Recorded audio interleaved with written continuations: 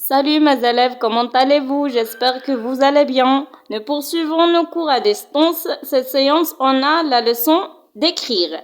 Insérer un dialogue dans un récit. Insérer un dialogue dans un récit. Ouvrez vos manuels, la page 117, concentrez-vous et suivez avec moi. Comme d'habitude, on commence par un petit rappel. Qu'est-ce qu'un dialogue? Le dialogue est l'ensemble des paroles échangées entre des personnages. Je répète, le dialogue est l'ensemble des paroles échangées entre des personnages. Allez-y, maintenant on passe à je comprends comment ça fonctionne. Ou bien on commence par je comprends comment ça fonctionne. On a un petit, on a un petit dialogue. Le moniteur d'auto-école explique le fonctionnement de la voiture à son élève. Tu vois ce bouton? Demande-t-il. Oui, très bien, répond l'élève. Eh bien, il sert à allumer les phares. D'accord.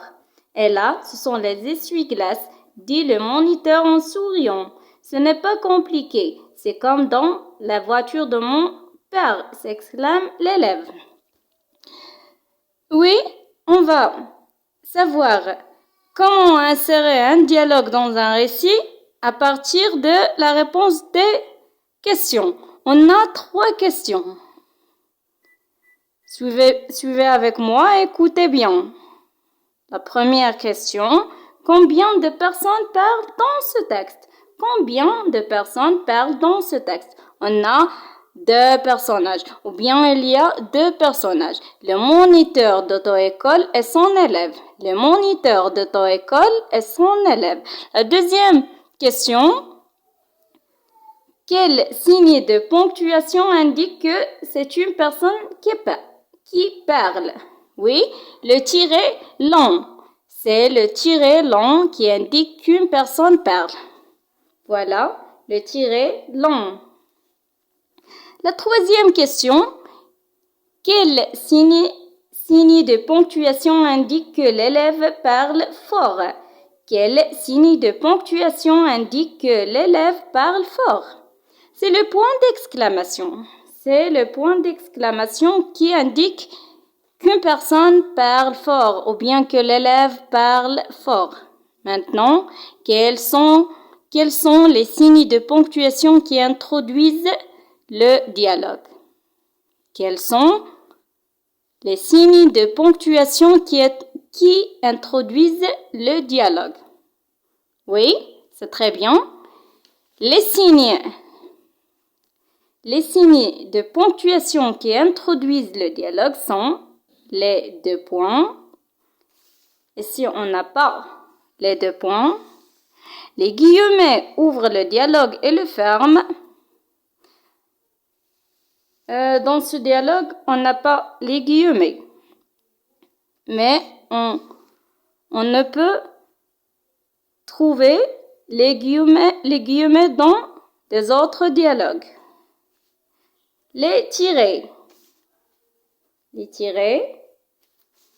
indiquent un changement de locuteur. Par exemple, dans ce dialogue, c'est le moniteur qui parle. Tu vois, le premier, oui, tu vois ce bouton, demande-t-il. C'est le moniteur d'auto-école qui parle. Oui, très bien, répond l'élève. C'est l'élève qui parle. C'est l'élève qui parle. Maintenant, on passe à mes outils pour écrire. Pour insérer un dialogue, c'est-à-dire introduire.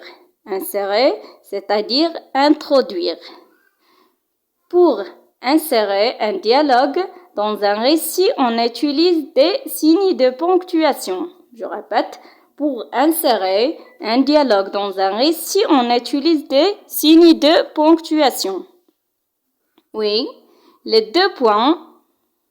Voici les 2 points. Les guillemets au début et à la fin du dialogue. Les tirets indiquent un changement de locuteur. Et merci mes élèves pour votre attention.